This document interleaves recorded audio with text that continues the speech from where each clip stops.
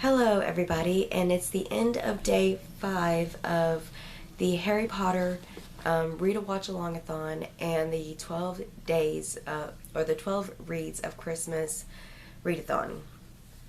I haven't read as much as I plan to. As you can probably tell, I'm sick and I just had no energy even to read, which I didn't even know was a thing. I now know it's a thing, but I'm really sick, so I haven't got a lot of reading done. But I'm just going to show you what I've read so far. The first thing I read is going to count as my classic / children's book for the 12 Reads of Christmas Readathon, and actually read just one of the stories out of here, a short one, called The Child Who is King. It's just a simple, like, 2-page story. That's the end of it right there. But I would have chosen a second one, and I was going to read The Christmas Carol, but I was so sick, I was like, I'm just going to read a short one. That way it feels like I'm accomplishing something. And since I'm still sick, but I'm just now getting in the mood to read, I'm not going to be able to read a whole lot more. My optimistic TBR pile is definitely looking very large now, because I had planned to finish the first and second Harry Potter book this week and one of my other books, and it just did not happen. I did, though, finish the illustrated guide of Harry Potter. Well, at the moment of filming this video, I still have like 30 pages left, but you know, that's not a problem. But I planned to read the book and participate in the Twitter trivia night, which was the December 4th. And today, December 5th, they're having the Harry Potter and the Sorcerer's Stone movie watching on Twitter, and I definitely wanted to get the book done before then, which I should, because I have a couple more hours till it starts. I started reading this book, I think, on Wednesday. I started reading this Wednesday. I went to the ER to see what was wrong with me on Thursday, and I read most of the day Thursday and Friday, and I sadly had to go to work today, and I have to work tomorrow, so I'm not going to get much more reading done besides finishing this book. But I did mark a few of the illustrations that I'd like to share with you guys real quick. The first one I'm going to show is the only one that freaked me out really bad, and it's this one. It's the Sorting Hat, and if you can tell, it has like an eye and a tongue sticking out, and it's very creepy, and then Harry's face just scares me.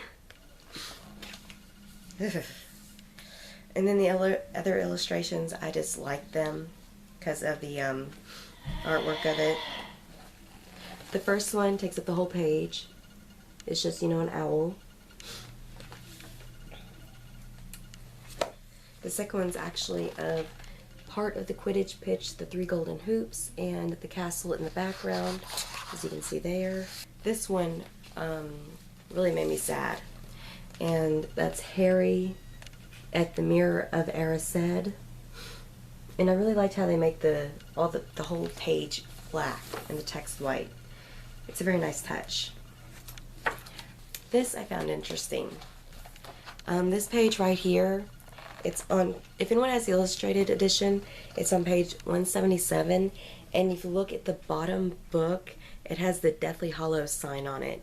And I just, it took me a minute to just look at it, because I originally just liked it because, you know, of the surrounding text, but when I saw the Deathly Hallows sign, I was like, ooh, sneaky foreshadowing in the illustrations.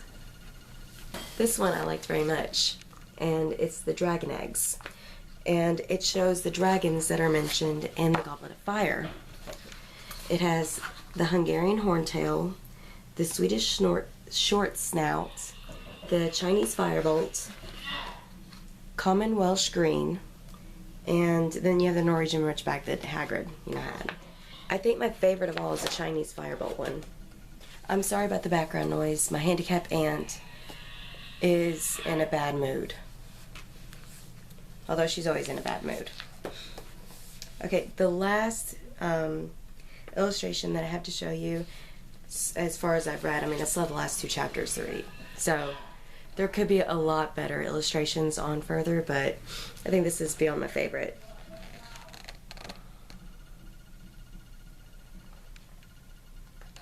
It's in the forest with the unicorn, and you know, when Harry runs into, spoilers, Voldemort. I think I actually would have finished this book Friday if it hadn't been for the illustrations. It seems like it took me twice as long to read the book. I could normally read this book maybe a day or 2, depending on how much I had going on. But yeah, the illustrations definitely take longer to read. Like I said at the beginning of this video, on the Harry Potter Harry Christmas to You page, they have like trivia nights, and they have a schedule of when they're watching the movies and going to be on Twitter. And this is my first year participating, so I'm not sure what they really do during the movie, except, you know, like just update where they are in the movie, like just do little quotes, what people said, or if they do more, like give out house points for stuff. I'm not really sure. I'm gonna find out tonight. I'm going to leave a link to Maureen Keevy's video down below, because I believe she's one of the creators of Harry Christmas to You. I'm not 100% sure, but I know she is one of the hosts for, she was a host last year and she's a host this year. So if you have any questions, I'm gonna leave the link to her video in the description box below. Well, that is the end of this video. I hope to have a lot more read for my next update video next Saturday. Until then, guys, bye.